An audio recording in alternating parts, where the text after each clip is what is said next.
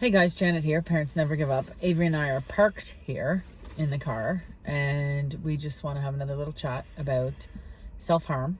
And I've been reading a lot of stuff about parents that really kind of freak out when they worry that their child could be or maybe self-harming.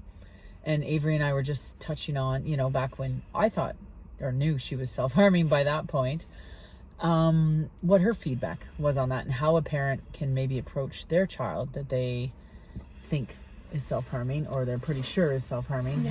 How would I have done better? I'll be honest. How would I have done better about that, Avery? I think not getting angry is really important. And if you think if you don't think you're able to have that conversation in the moment without being angry, I think it's important to plan, make sure that you either maybe rehearse with someone else or by yourself, practice how you're going to bring it up to your kid, how you're going to react or deal with them if they get upset and you bringing it up, whether that's them getting angry, whether that's them getting upset, sad or crying.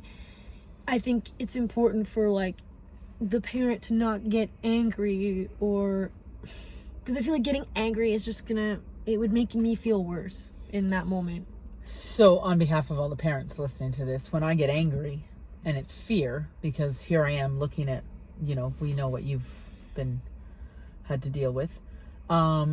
If I show up really calm in that same situation, in that moment, thinking back, is that really going to affect an outcome, you think? Or is there something to the whole self-harming itself that neither parent nor child can actually control? I think there's definitely a lot. Try and show up a little calmer, but that's hard. There's definitely a lot that no one can control about it, but I think there is some things we can do that are going to have a really big impact on when that person stops it, or I wish that I had learned a lot more about myself and loving myself and all that before I had to go through years of suffering and not loving myself to get there. And I love you now.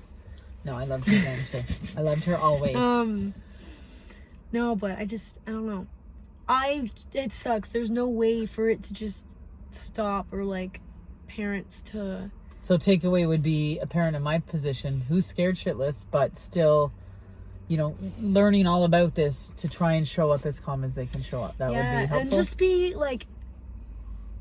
try to feel for them as much as you can. Let them know that how you understand how they are feeling, and how they are feeling is valid. Because I think another thing is we feel like how we're feeling is so irrational that everyone is just gonna be you're nuts, you're overreacting, why are you taking that so serious, why are you oh, they just called you a bitch, or they just called you stupid, or it's just words. I think right. When that shit gets said, oh, it's not as bad as it could be, or someone else has it worse, that really, it just makes you feel oh yeah, you're right, I'm getting upset for no reason, this is stupid. But you're not hearing that. If I'm telling you that, then you're not hearing. Yeah. Even, you're feeling instead of hearing almost. Is that fair? Yeah. And